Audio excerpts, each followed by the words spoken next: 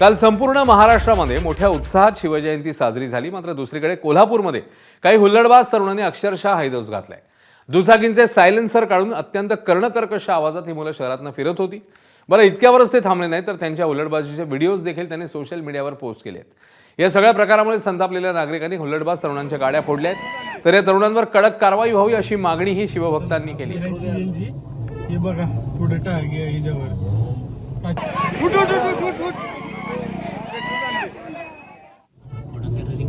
चला आपली आहे सीएनजी हे बघा पुढे टाक याच्यावर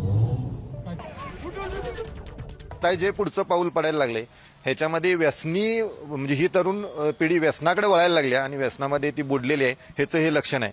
फक्त धोका हा शिवजयंती पुरता नाही तर ही त्यांना लागलेली सवय आहे ती त्यांच्या गावापर्यंत घेऊन जातील। पोंगळ्या गाड्याच्या काढाव्या आणि गाड्या फिरवाव्या, लोकांना त्रास द्याव्या, गाड्या कुठेही कुठल्याही भट्टीत बिडभट्टीत जातात, नासधूस करतात, लोकांना त्रास होतात।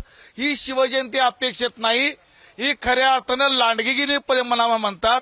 असल्या हुल्लडबाजांना शिवविचारात थारा नाही आहे, अशी शिवजयंती आम्हाला अपेक्षित नाही। अशा पद्धतीने जो कालचा प्रकार झालाय तो पूर्णपणे निंदनीय आहे। असा प्रकार इथून पुढे काल त्या जनतेनं त्यांना चोख प्रत्युत्तर दिलाय, पण इथून पुढे सुद्धा छत्रपतींच्या गडावर जाताना तिथलं पावित्र्य हे राखलंच पाहिजे। अन्यथा तिथली रयत येणाऱ्या त्या हुल्लडबाजांना त्या पद्धतीनं चोख प्रत्युत्तर दिलं आणि ते मावळे नाही आहेत, ते कावळे आहेत असं मी म्हणतो। एबीपी माझा, उघडा डोळे बघा नीट।